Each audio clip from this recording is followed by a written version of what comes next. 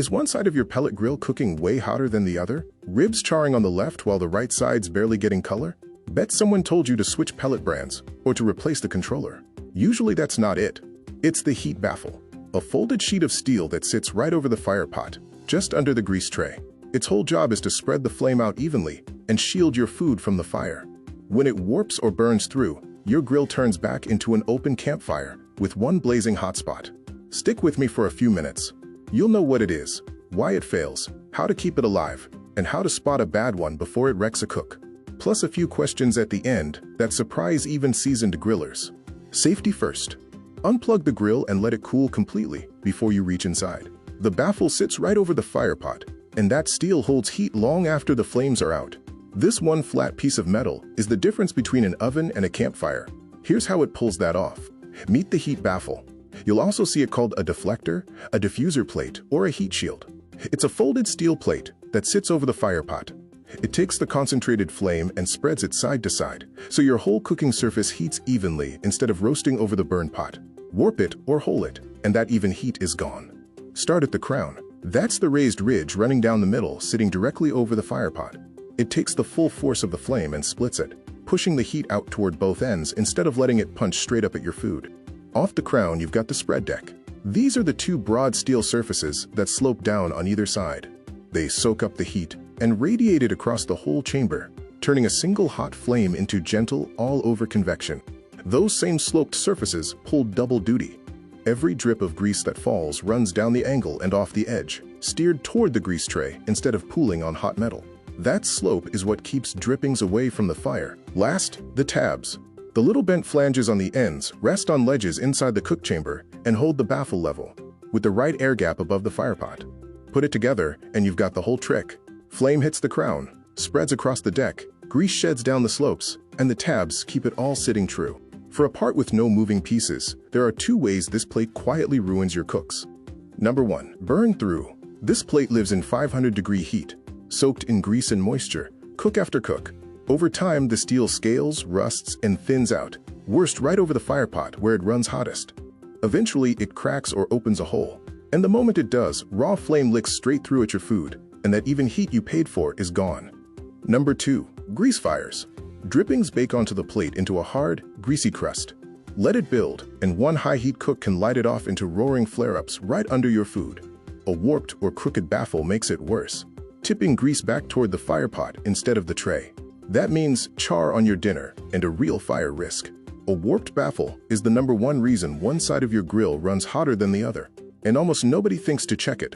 People chase that uneven heat for months. New pellets, a new controller, a new temperature probe, sometimes a whole new grill, when the real fix is the cheapest part in the cook chamber. The baffle is sacrificial by design. It takes the abuse so the grill body doesn't, and swapping it is a 10-minute job that buys back an even cook. 2 minutes of care here saves you from scraping a grease fire off your dinner later. First habit. Scrape it down. Once the grill is cool, take a putty knife and scrape the baked grease off the top of the baffle into the tray. Do it every couple of cooks, and it takes about 2 minutes. Let that crust build instead, and you're just stacking fuel for a flare-up right under your food. Second, reseat it level. Every time you clean, check that the baffle is sitting flat on its tabs, centered over the fire pot, and sloping toward the grease drain. 30 seconds. A plate that's shifted even an inch sends grease the wrong way and throws your heat off to one side. Third, inspect it at the start of every season. Pull the baffle and look it over. Light surface rust is normal, just hit it with a wire brush. But if you find a hole, a crack, or it rocks because it's warped, that one is done. It's the cheapest insurance there is before a long cook. When the heat goes wrong, start with the cheapest fix and climb from there. Here's the easy one. One side of the grill cooks hotter than the other every single time. Before you blame anything electronic, open the lid and look at the baffle. Usually it's just shifted off center or knocked off its tabs. Slide it back so it's centered over the fire pot and sitting flat. That costs nothing and takes about 2 minutes. Step it up. You're getting sudden flare-ups, a heavy grease smell, or the temperature spiking for no reason. That's grease. Either a crust on the baffle catching fire or a warped plate dumping drippings onto the fire pot. Scrape the baffle clean, re-level it, and clear the grease channel so everything drains the right way. Call it 15 minutes, and it kills the flare-ups. Now the expensive one. You pull the baffle and find a hole burned through, a crack, or a plate so warped it won't sit flat. There's no fixing that. Flame is reaching your food, and the grill can't hold a steady temperature. Drop in a new Baffle. It's a low-cost part and a 10 to 15-minute swap, but match it to your model. And while you're in there, eyeball the fire pot and grease tray, because the same heat and grease have been working on them too. One of these answers settles an argument every pellet griller eventually has.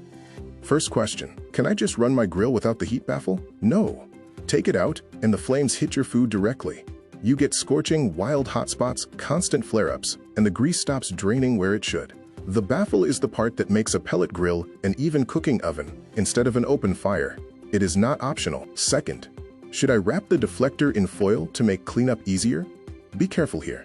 On a lot of grills, tightly foiling the baffle traps and reflects heat, which can warp the plate or throw off the temperature sensor. Check your owner's manual first. The safer move is to foil the drip tray instead and just scrape the baffle clean. Last one, how long should a heat baffle last and why is mine rusting already? Some surface rust is completely normal. It's bare steel living in heat and grease, so a little corrosion is cosmetic, not a failure. Expect a few good years, less if you cook a lot or live somewhere humid. Wire brush the surface rust and only replace it when it's actually holed or warped. Storing the grill covered and dry buys you extra seasons. Before you order, find your grill's data plate. Write down the brand, the model, and the serial number. It's in one of 3 spots: the back of the hopper, inside the hopper lid, or under the barrel. Baffles are cut to fit a specific cook chamber, so snap a photo and you'll order the right shape the first time. Then head to the site and let it do the work. Pick your manufacturer, pick your model, and every part on the page is guaranteed to fit your grill. No measuring, no guessing, no wrong part returns. Most orders ship the same day. That's part 9 of Pellet Grill Parts. We stock heat baffles and deflector plates for Traeger, Pit Boss, Camp Chef, Z Grills, and Rectech, along with the grease trays and fire pots that sit right beside them. Every part ships free over $99, comes with a 90-day warranty, and ships from the same counter we've run for over 15 years. Links in the description. Subscribe, hit the bell, and we'll see you next part.